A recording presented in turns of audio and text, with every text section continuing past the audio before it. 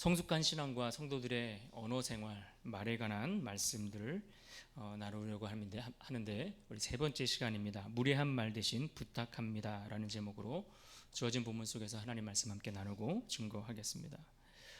여러분, 요즘 사람들의 대화를 들어보면 부탁합니다 라는 이 말이 점점 사라져 가고 있는 것 같습니다. 그 대신 어떤 말들이 주로 많이 사용될까요? 집에서는 빨리 일어나, 숙제해, 그만 좀 해, 문 닫아, 내 말대로 해, 시키는 대로 하라고, 그것 좀 고쳐, 불 꺼. 여러분들이 많이 사용하시는 단어인가요? 이렇듯 명령형의 말투가 점점 늘어나고 있다고 합니다. 그래서 이런 말투 때문에 사람과 사람 사이의 거리가 점점 멀어져 가고 있는 것 같습니다. 한마디면 될 일도 말투 하나 때문에 감정이 상하고 마음이 상하고, 뭔가 관계가 따뜻해지고 가까워지는 것이 아니라 감정이 상하고 관계가 깨지는 일들이 자주 벌어지죠. 결국 말투 하나가 관계뿐만 아니라 따뜻해야 할 가정, 행복과 기쁨이 넘쳐야 할 교회 공동체 안을 오히려 차갑게, 더 삭막하게 만들어 가고 있는 것은 아닌지 모르겠습니다. 여러분의 가정에서는 어떻습니까? 여러분의 입에서는 주로 어떤 말들, 어떤 언어들이 자주 사용되고 있습니까? 또 우리 교회 안에서 성도들 간에 나누는 대화를 가만히 생각해 보십시오. 우리에게는 어떤 대화가, 어떤 말들이 주로 우리 성도들 가운데 교제하는 가운데 그렇게 오고 가고 있을까요? 언어학 연구에서 이런 결과가 나타났다고 합니다. 영국 캠브리지 대학교의 언어학자 브라운과 레빈슨이 공동으로 발표한 그 이론에 따르면 사람 사이의 관계를 지탱하는 핵심 요인은 공손함과 요청의 언어라고 했습니다. 공손함과 요청의 언어. 즉 명령보다 부탁하는 말이, 부탁의 말이 관계를 지키는 힘이 있다라는 의미이겠죠. 또 2021년에 발표된 논문에 따르면 명령형 표현보다 요청형 표현이 상대의 감정적 반응과 상호작용의 만족도를 높인다라는 그러한 보고가 있었습니다. 그러니까 한마디로 말의 내용보다 말을 어떻게 하느냐, 어떻게 말하느냐가 그 사람의 마음의 문을 열 수도 있고 닫을 수도 있다. 이것을 이야기해주고 있는 것입니다. 그런데 오늘 우리가 함께 읽은 본문의 말씀, 성경 속에서도 이와 같은 장면을 우리가 확인해 볼 수가 있습니다. 이미 하루 한 장을 통해서 짧게 이 말씀을 다룬 적이 있는데, 분노를 바꾸어 복수를 멈추게 했을 뿐만 아니라 복음이 흘러가게 만들었던 너무나 유명한 한 여인의 등장, 그리고 그 장면을 우리가 보게 될 것입니다. 오늘 우리는 이 말씀을 통해 배우려고 합니다. 무례한 말 대신 어떻게 부탁의 언어로 복음을 전할 수 있을까 말이죠. 오늘 본문의 배경을 먼저 살펴보려고 하는데, 오늘 본문의 배경은 사무엘이 죽고 난 후에 벌어진 일들입니다. 사무엘이 죽고 다윗이 바란 광야로 사울을 피해서 도망했습니다. 사무엘상 25장 1절에 기록되어 있는데, 다윗이 이때 내려갔던 이 바란 광야는 어떤 곳인가 하면 그것은 메마른 광야입니다. 말 그대로 메마른 광야이지만 봄철이 되면 풀과 또 물들이 그렇게 흐르면서 잠시 그 들판이 아주 푸르게 열리는 그러한 곳입니다. 그래서 이곳에 아주 부유한 지주들이 자신의 양과 염소들을 데리고 와서 방목하며 돌보는 그러한 곳이 바로 이 바란 광야입니다. 그런데 그중 한 사람, 나발이라는 사람이 오늘 본문 사무엘상 25장 앞에 2절에 따르면 그는 갈멜의 큰 부자라고 소개하고 있습니다. 갈멜에 살고 있는 큰 부자였다. 얼마나 부자였는가? 양이 3,000마리고 염소가 1,000마리나 되는 아주 부를 가진 사람이었다라고 소개하고 있습니다. 그때 때마침 이 다윗과 또 그와 함께 도망하여서 바란 광야에 머물러 있었던 그 600명의 부하들이 이 광야에서 지내면서 바로 이 나발의 양들과 또 그 떼들을, 이 양떼, 이 짐승들을, 또 그 목자들을 돌보고 보호해주는 그러한 역할들을 다윗이 했던 것입니다. 언제든 도적대가 출몰하기 쉬운 그런 상황, 그런 환경 속에서, 그것도 도적과 또 블레셋 그러한 사람들이 찾아와서 약탈하기 쉬운 그런 곳이지만 바로 이 다윗이 그 상황 속에서 나발의 재산, 그 짐승들, 그 목자들을 지켜주고 보호해주는 광야의 보호자와 같은 역할을 다윗이 했다라는 이야기입니다. 그렇게 다윗과 나발의 관계는 도움을 주고 도움을 받는 그런 관계가 되었고 그런 사이가 이어지고 있었던 겁니다. 근데 그렇게 관계가 이어지다가 어느 날 다윗이 나발에게 사람을 보내서 한 가지 청을 합니다. 자신과 함께 머물고 있는 공동체 사람들이 함께 먹을 수 있는 음식을 조금만 내어달라고 요청을 한 것이죠. 특히 이때가 언제였는가 하니 성경에 보면 양털을 깎는 시기라고 이야기하고 있습니다. 양털을 깎는 시기. 양털을 깎는 시기라는 것은 당시의 추수의 때를 이야기하는 겁니다. 추수의 때에 양털도 깎고 그러면서 또 한 해 동안에 거두어들인 그 풍부한 그 풍성한 수확물들을 가지고서 함께 기쁨을 나누고 그 나눔을 자신뿐만 아니라 주변에 있는 여러 이웃들과 함께 나누면서 즐거워하는 하나의 축제 기간이 열리는 시기를 이야기하는 겁니다. 그런 축제가 열리는 그러한 시기에 그때를 맞아 다윗이 자기의 부하들을 몇몇 나발에게 보낸 겁니다. 그래서 이 좋은 때에 우리가 함께 음식을 먹을 수 있도록 음식을 조금만 주십시오라고 요청을 했다라는 겁니다. 사무엘상 25장 8절을 같이 한번 읽어볼까요? 함께 읽겠습니다. 시작. 내 소년들에게 물으면 그들이 내게 말하리라. 그런즉 내 소년들이 내게 은혜를 얻게 하라. 우리가 좋은 날에 왔은즉 내 손에 있는 대로 내 종들과 내 아들 다윗에게 주기를 원하노라 하더라 하라. 아멘.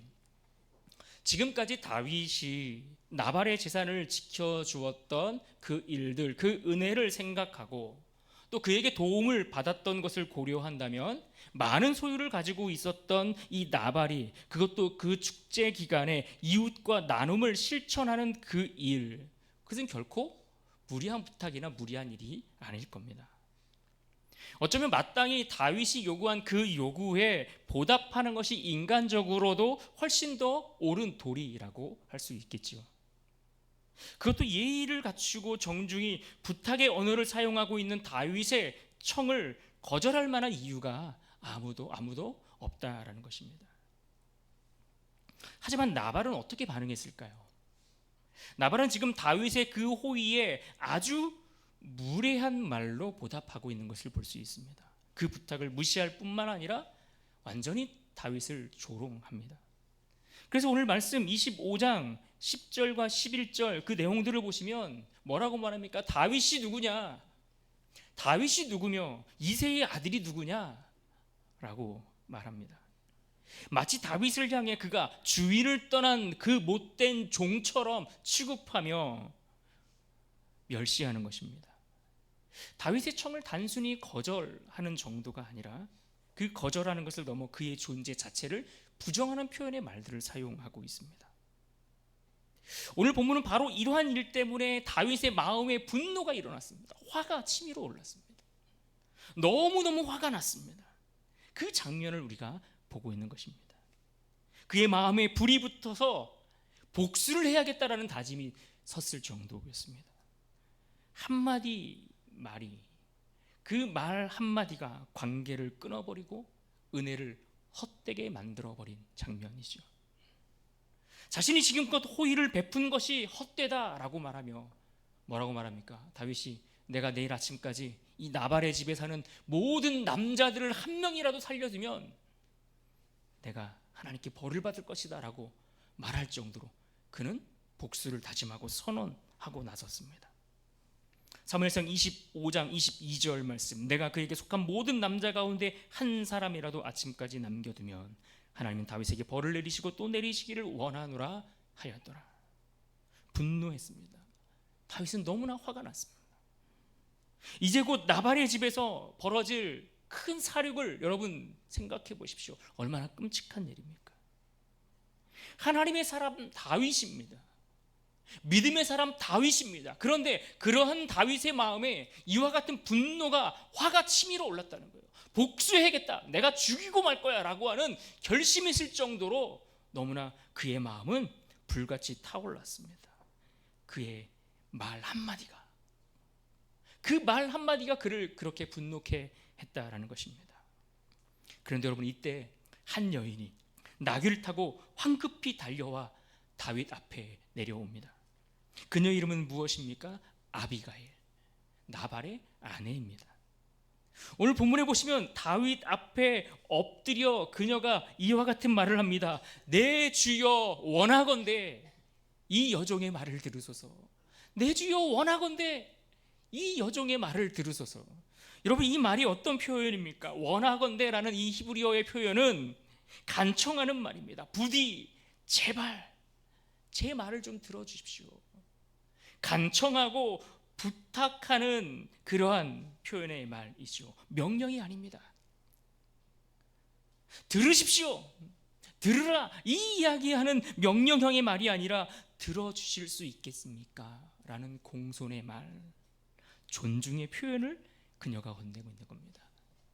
여러분, 지금 이 여인은 무례함으로 다가서지 않습니다. 오히려 부탁의 언어로, 겸손의 말로 다윗의 분노 앞에 다가가고 있습니다. 그 한마디, 부탁합니다 라는 그녀의 이 한마디가 결국 어떤 결과를 낳았습니까? 피의 복수를 막고 멈추게 하는 것을 우리는 보게 되죠. 그녀의 한마디가 결국 가정을 살렸습니다. 피의 복수를 막았습니다. 그리고 결과적으로 하나님의 뜻을 이어가는 전환점을 이루게 되었습니다. 어떤 말이요? 부탁합니다 라는 그 한마디의 언어 때문에 말이죠. 그렇다면 여러분, 우리는 어떻습니까? 오늘 우리의 말 한마디는 관계를 끊어버릴 수도 있고 관계를 이어가고 살릴 수도 있습니다. 우리의 그 말 한마디가 우리의 가정을 일으킬 수도 있고 완전히 주저앉아 무너뜨리게 할 수도 있습니다. 여러분, 주로 어떤 말들을 사용하십니까? 여러분은 어떤 언어를 사용하고 싶으신가요? 오늘 본문 속에 나오는 이 지혜로운 여인 아비가일이 사용했던 그 부탁의 언어를 들여다보면 여기에는 우리가 배워야 할 몇 가지 중요한 지혜가 담겨 있음을 볼 수 있습니다. 어떤 지혜입니까? 아비가일이 사용한 그 부탁의 언어에는 첫째로 겸손이 있었던 것을 우리가 찾아볼 수 있습니다. 아비가일은 지금 다윗 앞에 서서 교만하게 말하지 않았습니다. 그녀는 자신이 잘못한 것도 아닌데 다윗 앞에 엎드렸습니다. 몸을 낮추고 땅에 엎드렸습니다. 24절을 보십시오. 그가 다윗의 발에 엎드려 이르되, 마치 종들이 주인 앞에 엎드리듯 그녀가 찾아와서 다윗 앞에, 그 발 앞에 엎드렸습니다. 그녀의 말에는요, 지금 어떤 지위나 논리가 우선되지 않습니다. 오히려 상대를 존중하는 의미가 그 안에 더 크게 작용하고 있죠. 내가 옳다라는 것을 주장하는 것이 아닙니다. 내가 틀리지 않았습니다라는 것을 강하게 이야기하는 것도 아닙니다. 상대의 분노를 이기려고 하기보다는 상대의 마음을 헤아리고 이해하려는 그러한 태도로 그 말을 건네고 있죠. 이것이 바로 겸손의 언어, 겸손의 말입니다. 그러나 우리는 종종 이러한 겸손의 말보다는 자기 입장을 고집하는 말을 더 즐겨 사용할 때가 있는 듯합니다. 우리가 대화할 때 종종 내가 옳다, 당신은 틀렸다 라는 그러한 태도로 말하는 것은 대화라고 말하지 않고 논쟁이라고 말합니다. 대화가 아닌 논쟁을 하게 되면 그 사람과 나 사이의 관계는 점점 멀어질 수밖에 없습니다. 여러분은 집에서 또 성도들 간에 나누는 그 교제 속에 대화를 하고 있습니까? 아니면 논쟁을 하고 있습니까? 대화가 아닌 논쟁을 하려는 우리의 그 태도 안에는 겸손보다는 상대보다 내가 더 괜찮다라는, 더 낫다라는 생각, 나는 옳고 상대는 틀렸다라고 하는 교만한 마음이 그 안에 자리 잡고 있기 때문일 겁니다. 하지만 아비가일이 보여주었던 모습은 달랐습니다. 그녀는 지금 옳고 그름을 따지기 전에 먼저 엎드렸습니다. 왜요? 상대의 마음을 이해하고자 했기 때문에. 상대의 마음을 이해하려는 태도를 취하고 그녀는 지금 겸손의 말을 건네고 있다라는 겁니다. 두 번째로 우리는 그녀가 사용했던 이 부탁의 언어 가운데 어떤 지혜가 담겨 있는 것을 볼 수 있을까요? 그녀가 사용한 그 부탁의 말, 부탁의 언어에는 책임이 있었습니다. 무엇이 있었다고요? 네, 책임이요. 아비가일은 지금 나발의 아내였지만 그 남편의 어리석음을 대신 감싸고 나섰습니다. 24절을 다시 보시면 내 주여 원하건대 이 죄악을 나 곧 내게로 돌리시고, 그러니까 남편이 한 그 일, 그 죄, 그 악행에 대해서, 그 무례한 말들에 대해서 그 죄를 나에게 돌리라 이렇게 이야기하고 있는 것입니다. 그녀는 지금 다윗 앞에서 자신을 변명하지 않았습니다. 제가 한 게 아닙니다. 그렇게 말하지 않았다는 거예요. 심지어 남편이 잘못했다라고 남편을 비난하는 것도 아닙니다. 오히려 그 일의 책임을 자신에게 돌릴 것을 요청하지요. 변명하지 않고 뭔가 관계를 회복하려고 하는, 책임지려는 그러한 말을 사용하고 있습니다. 그러면 지금 그녀가 사용하고 있는 이 말을 우리의 말과 비교해 보면 어떨까요? 야, 이건 내 탓이 아니야. 다 네 탓이야. 야, 그 사람들은 도대체 왜 그랬대? 이건 제 일이 아니거든요. 뭔가 우리는 상황과 문제 앞에서 자꾸만 책임을 떠넘기기 바쁘죠.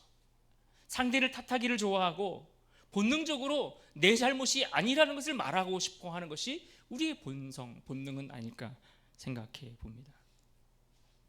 가정에서, 교회에서, 직장에서 우리가 주로 사용하는 말들이 혹 이런 말들은 아닌지요.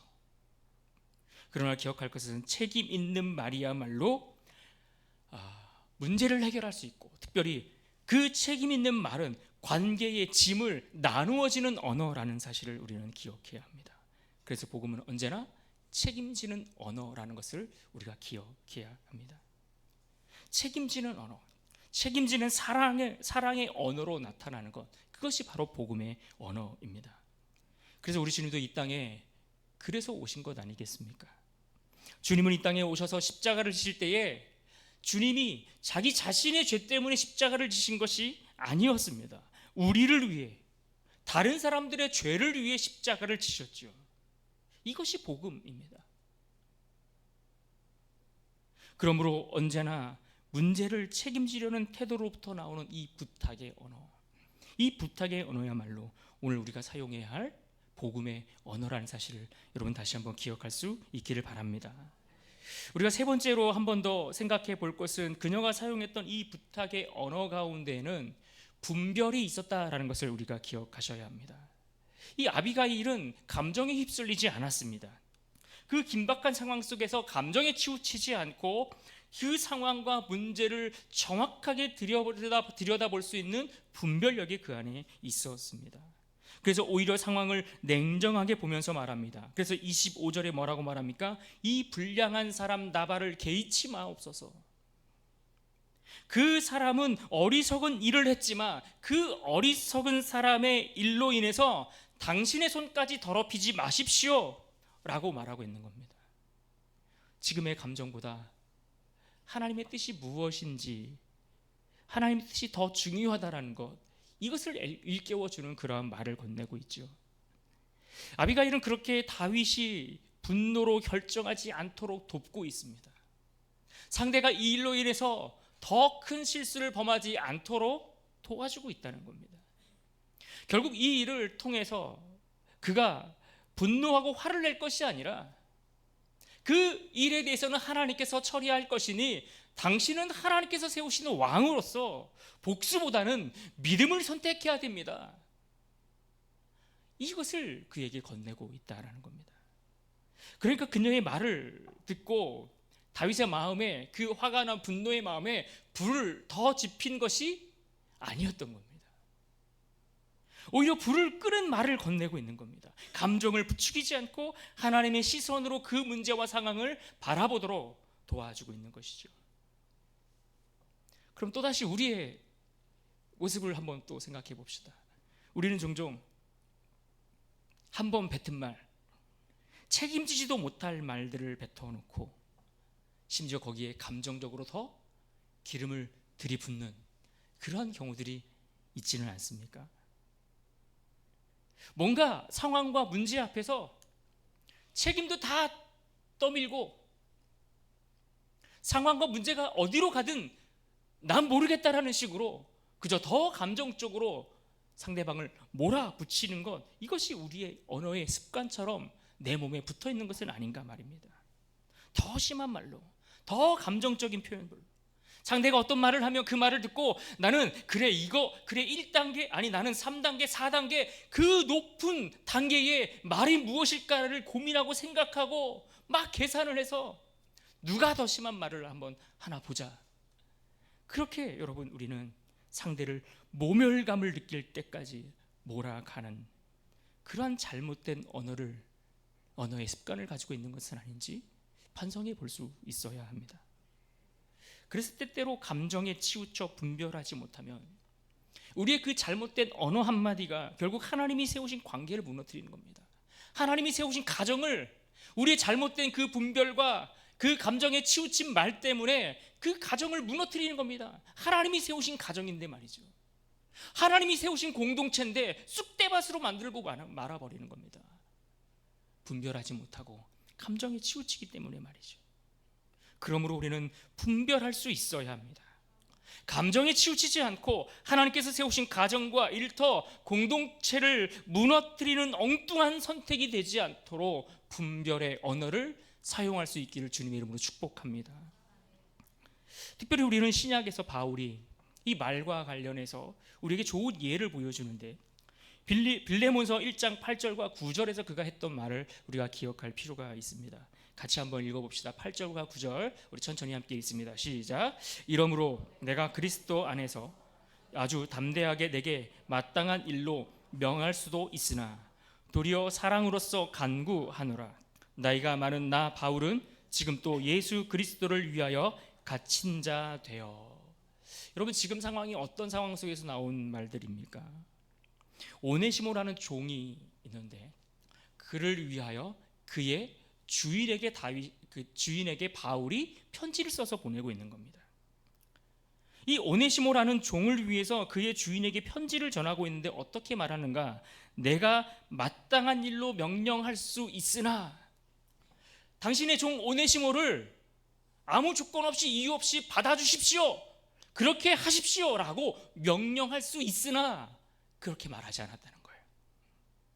그러니까 이 내가 마땅한 일로 명할 수 있으나라는 이 표현을 보면 지금 이 오네시모의 주인과 바울과의 관계가 어떠한지를 우리가 짐작할 수 있죠. 바울은 얼마든지 그에게 명령할 수 있는 위치에 있었다라는 거예요.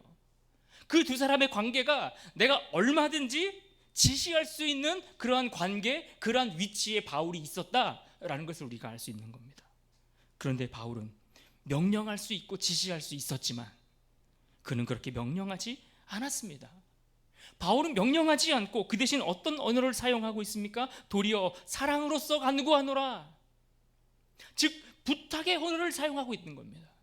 내가 지시할 수 있고 명령할 수 있지만 바울이 그렇게 하는 것이 좋지 않겠는가?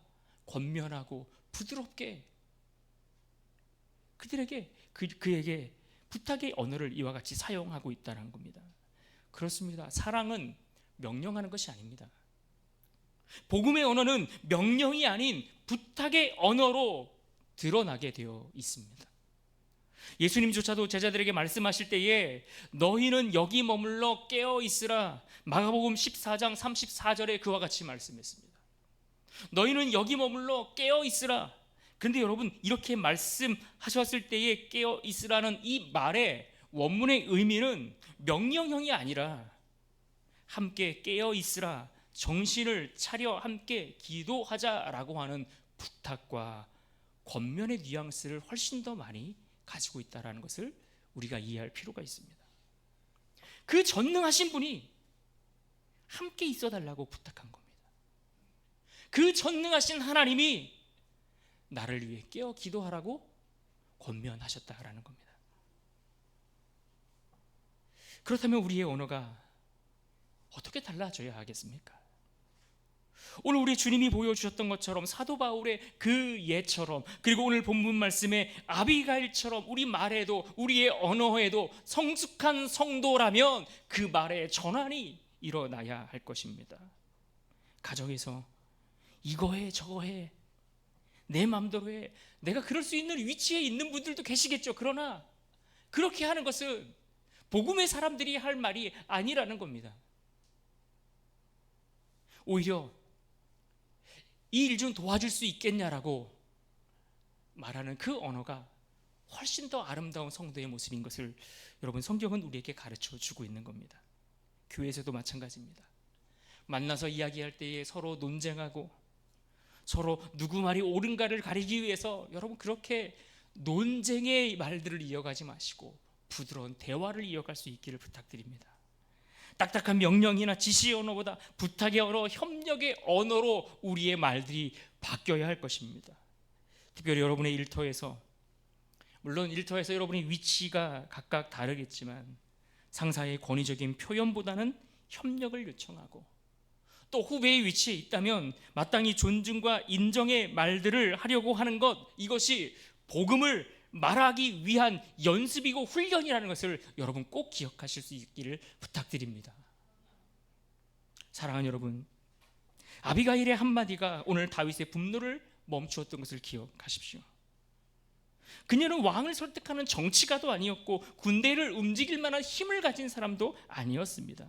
단지 지혜로운 그 말 한마디가, 그 겸손한 부탁 한마디가 있었을 뿐이죠.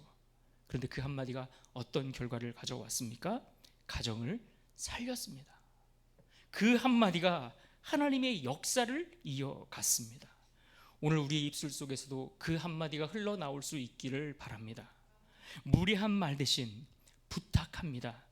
이 말로 우리의 가정과 교회, 또 여러분의 삶의 터전 속에서 새롭게 일으키고 세워가고 만들어가는 그러한 복된 인생 될 수 있기를 주님의 이름으로 축복합니다. 아멘. 같이 기도하겠습니다.